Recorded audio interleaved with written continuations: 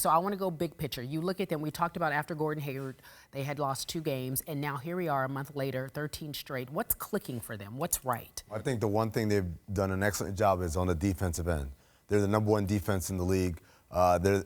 They force their opponents into tough shots. They consistently stick to the defensive schemes. It's remarkable because, Kerry, as you know, defense, a lot of communication, a lot of chemistry, trust between guys. A lot of these guys are new faces. Some of them are rookies. Some of them are guys like Kyrie and Aaron Baines and Marcus Morris who weren't here on the team last year. And so this whole combination of guys has come together very quickly, and they're executing on the defensive end, which isn't easy. Okay, but talk to me about the coaching. I feel like sometimes we overlook Brad Stevens and what a young, great mind he has.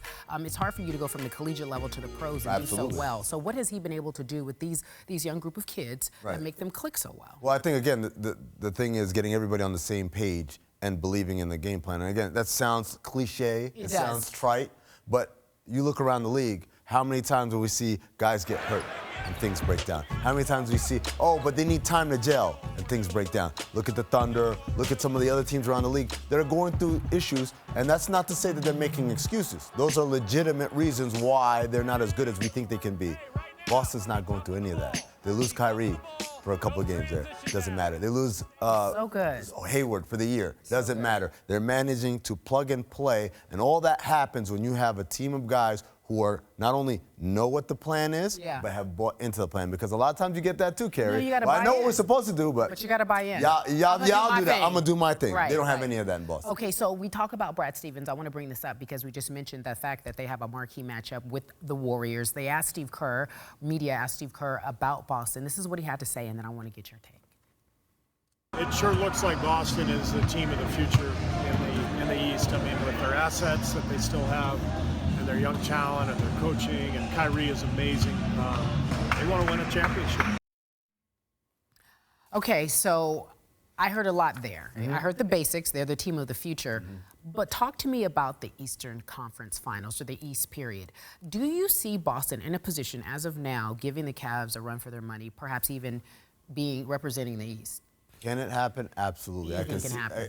Anything can happen, but also they have a strong chance of it. But if you're saying, I mean, you're going to Vegas tonight, you got to put some money. Don't do it. I'm still putting some money on the King, right? Because, you know, and I know it's the Knicks, but that Knicks game is basically the Cavs season in a nutshell. Meaning? We're going to sleepwalk. We're not going to play well. The odds may be incredibly against us, but then LeBron James can flip a switch and he'll get us right back into it. And I truly believe in a 7-game series. I don't know anyone on the Celtics roster who matches up with him, and you know that he's going to be playing 36, 37, 38 minutes. There's not a whole lot of rest he's going to get in the playoffs.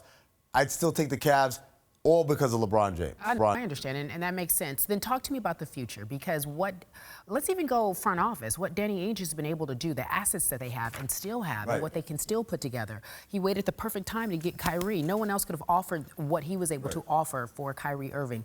When you think future, where do you see the Boston Celtics? Well, I think first of all you got to talk about the draft day heist that he pulled, right? To get go down and get Tatum, get an extra pick for his trouble, and Tatum's one of the best rookies now this year, and Markelle Fultz, we really haven't seen a lot of them, and so it's a combination of they still have those picks that they can use to either get other new young talents or package and go get a trade for someone like they did for Kyrie. But also you talk about Jaylen Brown, Terry Rozier, Jason Tatum. These guys are all young guys, 19. None of these guys can drink, right? Like, so you're not only talking about a team that's competitive right now, but these guys are going to grow and be competitive in the future. Quickly, before I get you out of here, who wins? Celtics get the Warriors at home on Thursday. Who wins? I'm going with the Warriors. All right. That's not a stretch. All right.